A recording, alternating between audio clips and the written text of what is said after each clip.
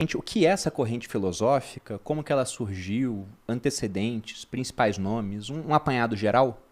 Claro. Bom, a palavra estoico, né?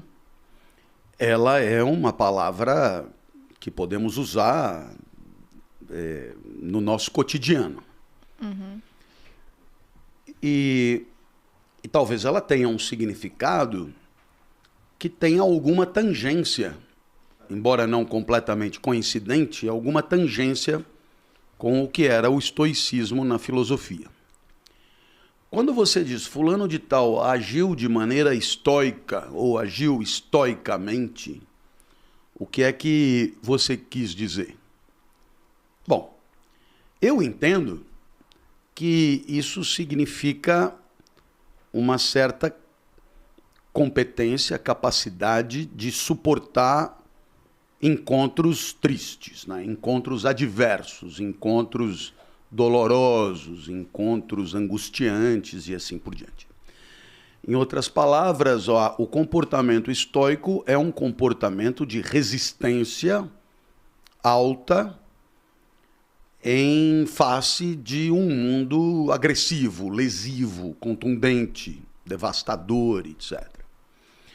Então, por exemplo, estávamos comentando aqui que ontem eu fui assaltado, tirado meio aos tapas de dentro do meu carro para que 4 pudessem fugir. Eu estava indo dar uma palestra. Na verdade, meio essa que... parte eu não tinha entendido. Meio que uma aula sobre Antígona, que é uma tragédia. Muito boa, Então, por sinal, a trilogia tebana.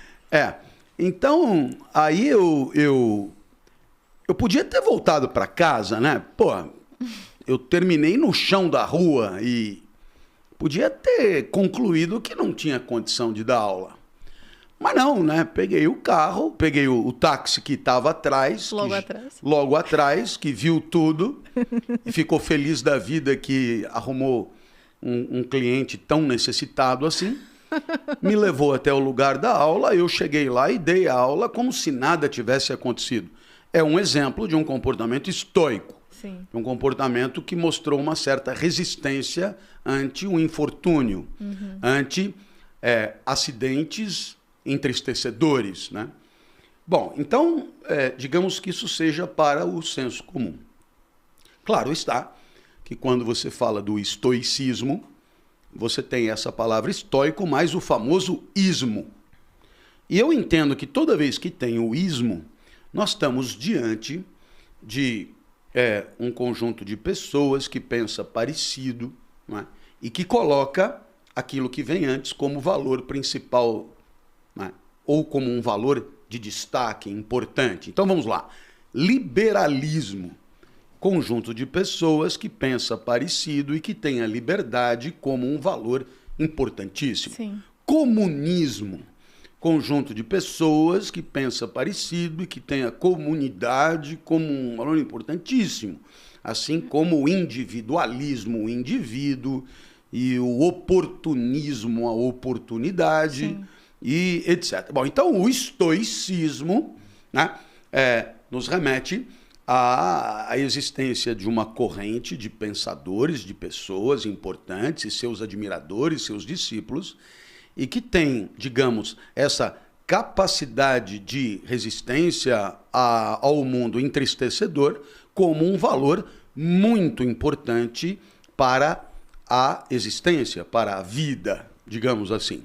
Ou seja, a vida não será boa se você não tiver um pouco de disposição estoica na hora de viver.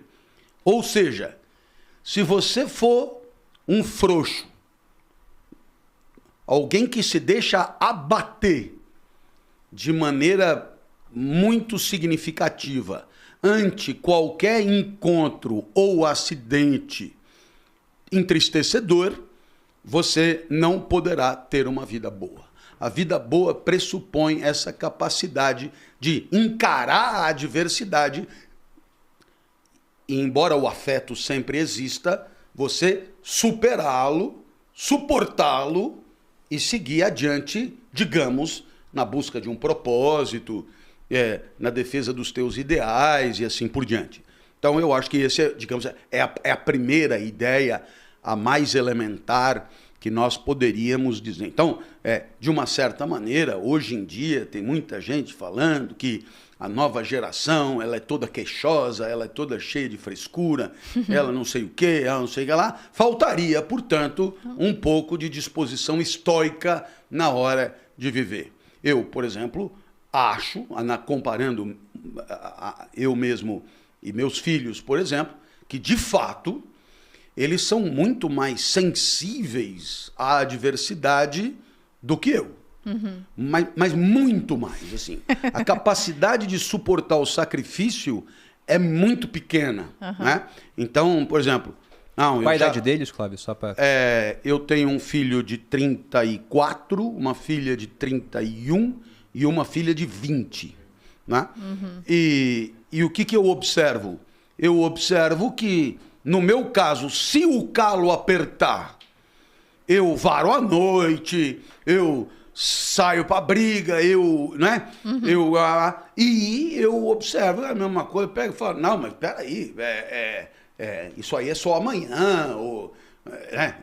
Calma, preciso também do meu tempo de relaxar. Não sei o quê, meu não sei o que lá, pipipi, então eu percebo que há de fato uma certa dificuldade para a mobilização de recursos na adversidade. Uhum. Né? Bom, então acho mesmo que a queda de potência determina por mais tempo uma situação de queda mesmo, de depressão, de tristeza, e que em outros casos, como no meu, a tristeza dura menos e eu já estou de novo mobilizado para sair para a briga, talvez porque, e aqui eu levanto uma hipótese, pelo histórico eu não tenha tido outro jeito. Uhum. E eles têm outro jeito. Uhum. Por exemplo, eu.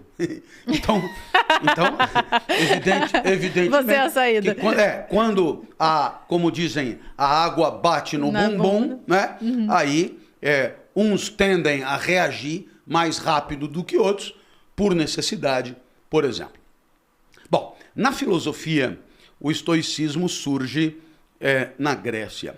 E ele surge com esse nome porque as escolas filosóficas tinham o nome em função um pouco do lugar onde elas aconteciam, onde as pessoas se reuniam. Sim. Então, por exemplo, a Academia de Platão era por conta do Jardim de Academos, né? O Liceu de Aristóteles também era relacionado ao lugar que ele se encontrava, e o Jardim de Epicuro também era indicativo do lugar das reuniões. Seria mais ou menos assim, sinceramente, alguma coisa do tipo filósofos da Praça da Sé, né? Filósofos de Santa Cecília, sim. Filósofos do Butantã e tal. E Stoa era o pórtico, a porta de entrada de Atenas, aonde esse pessoal se reunia. E por isso receberam o nome de estoicos. Também era indicativo de um lugar. Uhum. Então, veja, não é que a palavra estoico já indicasse o que significa hoje. Sim. Não, ela significava a proximidade da porta de entrada. Bom, fazendo uma análise semiótica do poder, nós poderíamos dizer que quem fica perto da porta num espaço mais ou menos redondo está longe do centro. Sim. O que me faz pensar em que eles ocupavam uma posição, pelo menos topograficamente, periférica. E isto é verdadeiro. Quer dizer, esses estoicos gregos, eles tiveram pouca importância, sobretudo se comparados aos seus contemporâneos, né? No final das contas, estavam brigando com gente do calibre de Platão e Aristóteles. Então, bom. Agora, o que tem de especial no estoicismo é que o seu filé mignon não é grego, mas é romano. E isso é muito curioso, por quê? Porque os romanos não são propriamente conhecidos pela filosofia, né? Eles são conhecidos pelo direito. você fala em filosofia grega e em direito romano. Filosofia romana é mais ou menos, sei lá, um ginasta olímpico paraguaio. Não é particularmente conhecido. Ou, como me disseram uma vez, pensador brasileiro. Eu estava num evento na Suécia e falaram, e no Brasil? Eu falei, não, no Brasil há um grupo de pensadores que tem grande êxito nas redes sociais. Falei do Cortella, do Karnal, do Pondé, da Monja, do Apai, e aí alguém lá falou, eu entendi, o meu pequeno alemão permitiu entender que ele falou, ou é pensamento ou é brasileiro. Pensamento brasileiro é uma aproximação esdrúxula. Bom, que sacanagem. Seria um paradoxo. Uma coisa... que não existe. Mais ou menos como ginástica olímpica paraguaia, alguma coisa assim. Não é que não exista, mas não é particularmente conhecido, digamos assim. Bom, vamos dar uma arredondada, porque hoje em dia não se pode falar mais nada. Mas... Você não pode falar nunca nada, mas ouvir, você ouve de tudo, né? Aí tá tudo certo. O que eu teria condições de dizer é que filosofia romana, você, claro, tem lá Cícero, aí tem os estoicos de carteirinha, Sêneca, Epicteto, Marco Aurélio, ok, mas é surpreendente que a acme, quer dizer, o ponto alto da filosofia estoica seja propriamente produzida pelos romanos. Como também nunca ouvimos falar de jurista grego, por exemplo. Não é? Talvez seja ignorância minha, mas não é alguma coisa particularmente conhecida. Bom, um ponto suplementar. Apesar de ser uma escola de pensamento que tem os romanos como destaque maior, o estoicismo se inscreve num jeito grego de pensar, né? E nós poderíamos chamar esse jeito grego de pensar, de um modo mais pomposo, como um paradigma, digamos assim, né? Um modelo de pensamento.